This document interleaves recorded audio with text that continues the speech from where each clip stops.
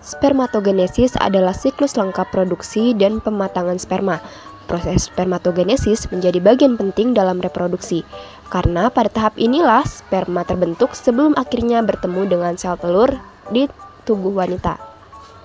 Spermatogenesis terjadi di dalam testis dan berlangsung secara terus-menerus selama pria hidup.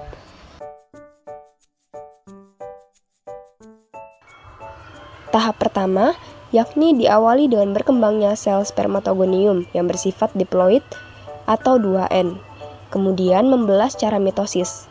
Hasil dari pembelahan ini adalah satu sel spermatosit primer yang bersifat diploid dan satunya lagi menjadi sel spermatogonium baru yang juga bersifat diploid.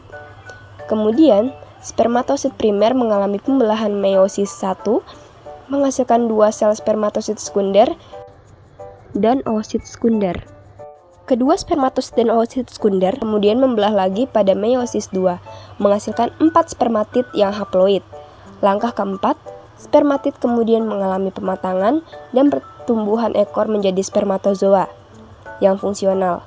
Artinya, spermatozoa sudah dapat melakukan proses pembuahan. Oogenesis adalah proses pembentukan dan pematangan ovum di dalam ovarium. Ada beberapa tahapan dalam proses ini, yaitu pembelahan dan penggadaan, perkembangan, dan pematangan. Oogenesis merupakan proses pembentukan sel gamet betina atau ovum di dalam ovarium. Oogenesis diawali dengan sel-sel primordial yang bersifat diploid pada epitel germinal ovarium berdiferensiasi menjadi sel induk ovum yang disebut dengan oogonium. Jika jamak atau banyak disebut sebagai oognia. Gonium akan memperbanyak diri melalui pembelahan mitosis.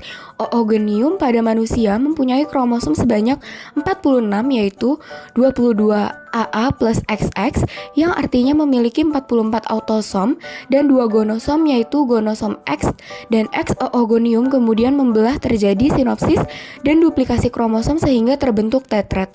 Selanjutnya, sel akan membelah secara mitosis menghasilkan oosit primer atau oosit 1 yang memiliki kromosom diploid atau 2M.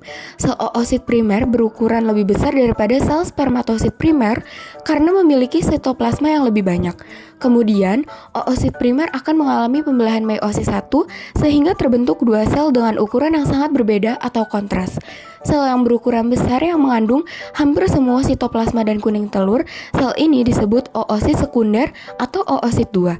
Sedangkan, sel yang berukuran kecil hanya mengandung inti sel ini disebut badan kutub 1 atau badan polar 1. Baik oosit sekunder ataupun badan kutub 1 memiliki kromosom yang haploid yaitu 22A plus X. Oosit sekunder kemudian membelah lagi pada meiosis 2 menjadi sel yang tidak sama lagi seperti sebelumnya. Sel yang berukuran lebih besar serta mengandung sitoplasma dan sel telur disebut ootit. Sedangkan sel yang berukuran lebih kecil dan hanya mengandung inti disebut badan kutub 2 atau badan polar 2 atau polosit sekunder. Kemudian sel tersebut akan hancur yang dapat berkembang hanya ootit yang mengalami proses pertumbuhan dan pematangan menjadi ovum atau sel telur fungsional. Artinya, jika dibuahi oleh sperma akan dapat menjadi zigot.